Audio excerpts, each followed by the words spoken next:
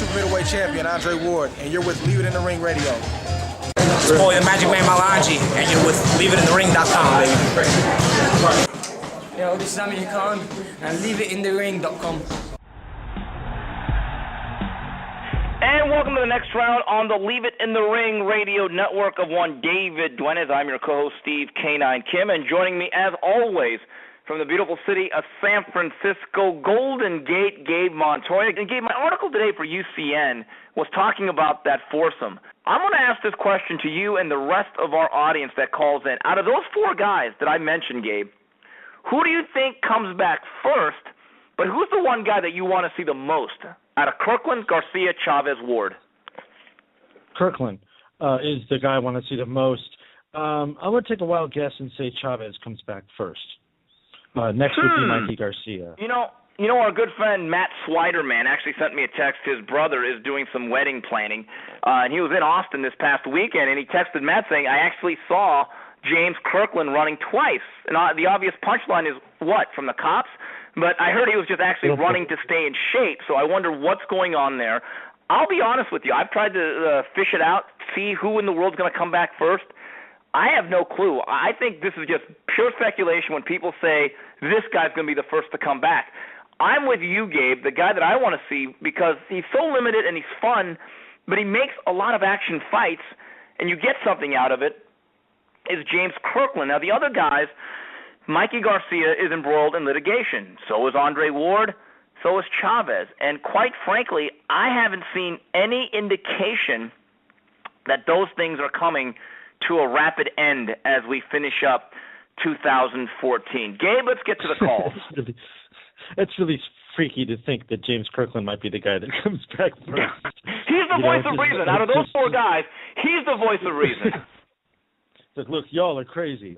You need to really look at yourself. And 585, you're live on the next round. So if James Kirkland is the voice of reason at a party you're at, someone probably already got stabbed. 323, you were live on the next round. Gentlemen, happy Monday. Yes, and happy fight Monday. on. Fight on. Oh, don't get me started on that, Steve. That's for later right there. I'm going to ask a college football question later, but not right now. And to your question today to the viewers, I hate saying this, but I do see Kirkland coming back first. But that guy's just hold on. Why do you hate seeing that, though? That guy's an exciting action fighter. I know he's great, yes, but his mind's somewhere else that I can't attach myself to him because he's always doing something stupid. Right. You know, he's always messing around. I want to see Chavez come back just to see if he fights Triple G. You know, I like that war words they had going on Instagram, and I know he's enjoying his double-doubles and animal-style fries, but I want to see him back. Mikey Garcia is one of them guys I don't care to see. #blessed, you know, that guy, being from Oakland, I don't care about watching him ever again. #blessed. All I can say is this. I was expecting that hashtag after Golovkin's fight last week. I really was, and I got disappointed that I didn't see it. He's not giving me no ammunition. Can I just say one thing right now? I find the Raiders with Matt Schaub at quarterback more entertaining than Blessed. I'm being dead serious. I would much rather watch the Raiders than Andre Ward. I would too. I don't get that guy. He had like 75 people show up to an autograph signing in the Bay Area at a sports authority, and he says we're getting force-fed Golovkin. I don't know who's advising that guy. I don't know who his PR team is, but I don't know. Maybe it's his pastor. I don't know. 75. I'll be honest. That's 50 more than I expected. But it was within a 10-mile radius from Oakland. So that's still barely anything. He was 10-mile radius from Oakland. Gabe, let's get back to the calls. It'd be 703. You're live on the next round. Hey, what's up, guys? How you doing? CT. CT, welcome to the next round. Hey, out of those four fighters you mentioned earlier, I'd definitely like to see James Kirkland fight. It's just every time he fights, it's very exciting. I'd actually like to see him come back if he could, which I know it probably won't happen, but have him fight Bundridge for the IBF title. I think this guy deserves a title shot. Kirkland. he's been the excitement of him fighting. The excitement that he would bring to boxing, just him being a champion alone, I think will be interesting. CT, Canine Bundridge is very, very hard on the eyes as a fighter. But if you said Kirkland Bundridge, would you want to buy that fight for HBO or Showtime? I would not hesitate, because he's a big, strong guy who throws winging punches. And we've seen if you clip Kirkland, gravity will take over. I wouldn't mind seeing that fight at all. That's a great fight. It's just guaranteed action. Yeah, because Cornelius, he will fight back. He's got a good right hand, like you say, and he's a big, strong guy. And he's, that could be a long night for James, but it also could be a very short night for Bundridge. I mean, James is more of an attrition guy. I think he hits hard, but it's generally that high pace and just sheer brutality of beating you all over your body until you can't take it anymore. Sign me up. But where is he? He's running the streets. Well, he's running the streets of Austin, according to our sources out there in the Lone Star State.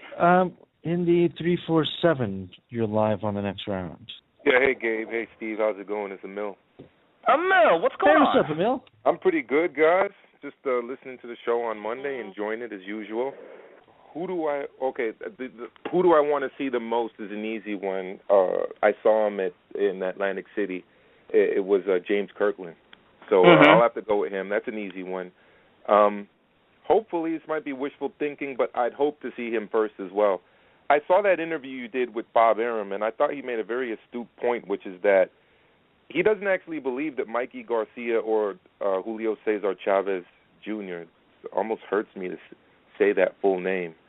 And I mean, he's just so not like his father, but especially in terms of what Arum was saying, which is that he doesn't want to fight. He doesn't think that these guys they don't want to fight. Honestly, I'm kind of wondering if James Kirkland even wants to fight. Gabe, haven't we brought this up that maybe he likes to fight, but he doesn't want to go through Camp Wolf? Yeah, I always kind of wonder that. If it's just, the older he gets, the more he doesn't want to. A lot of his big fight, recently with the promotional issues and all, and getting rid of the managers, not even just his last time, but also the time before, has been about James wanting to take control of his career and to be treated like the star that he thinks he is. And I think, or at least, a fighter of a certain stature, like the caller previous said, it's time this guy got a title shot. The problem is that every time he's gotten near one, he's either gone to jail, lost, or turned down the fight. He doesn't seem to take responsibility for his own actions. He kind of blames everybody around him. And he's also kind of unwilling to, sometimes you got to sacrifice to get to the title. You got to take short money. You got to, everything's going to be stacked against you. But the real champions, like the Haglers of the world, find a way to persevere regardless. And James, I don't know what his deal is. It's like he doesn't want to take that final step. It's kind of like Chris Arreola once told me, or agreed, that he had a fear of success, and that he just, when he got to that pinnacle, he'd find some weird way to shoot himself in the foot. And that's James's affliction. I don't know why. At least Chris is aware of it. James doesn't seem to be. Emil, what's interesting? If you look at Gennady Golovkin, and this is actually funny about how twisted some fans are. He's actually getting criticism for announcing the Murray fight just a week after fighting. In other words, because he's saying, hey, I want to fight 4 times. I'm not going to wait around for the big fight or the cash a lottery ticket. I want to build my career. And when you fight 4 times nowadays, with the way television dates are set up and with the budget, you have to take a bit of a haircut. So when he goes to Monte Carlo, he may not be making what he made in previous fights. But that's a sacrifice you make. Because, Emil, I know one thing about boxing, having never done it, but being around fighters and managers and talking to promoters and other people that spent their lives on this sport. Fighters who want to fight do. Yeah. Those that don't. All right, as we get to the last half hour, again, we'll take your calls. We got full phone lines, 347-215-7598. If you want to tweet us a question, comment, or just praise us, definitely, please do. Gabriel_Montoya and Steve UCN Live. In the Central Valley, in the 209, you're live on the next round. Am I listening to the next round or leaving the ring? Because there sure is a lot of drug testing talking going on here, man. What's going on? No, it's leave it on the next round. This is what it is. Come on. And you know what? I think I got got to clarify the last call. Well, a couple callers back, he had said there were 75 guys at the ward at Shoot Palestine. That's not true. We don't count the employees that were at Kansas City. Oh, jeez. Wow. So, but hold on. But the important question is, where do you have Ward still on your pound-for-pound list? Oh, wow. You know, it's the same place where I have unicorns and Bigfoot. You know, that'd be the same spot. Hey, you know, the four guys that are the Phantom guys right now out there, I got to agree with everybody. Kirkland's the number one dude on my list that I want to see make a comeback, you know. And I think he's the one that's loosely the only one that can make a comeback a lot quicker than the other guys because he's not caught up with all the court issues, you know, in his career. Yeah. The one thing about guys like Mikey Garcia and Ward, who are supremely talented at the craft of boxing, it takes them a while to break through. I mean, we can't have revisionist history here. Hopkins and Marquez a decade ago were thought of as being boring. They're not going to go anywhere. But through sheer persistence, they broke through to that next level. Right now, neither Garcia or Ward are giving themselves that opportunity. Those guys, unfortunately, are just making it harder for themselves to justify any type of legacy or any type of talk of the so-called unicorn pound-for-pound listing. You know, I don't get it. I don't understand it. I mean, you know, like you said, fighters fight, and fighters that don't want to fight, well, they don't do it. They don't do their job. But like I want to see Kirkland come back. I think he's the most excited out of all of them. You know, Ward, I like Ward.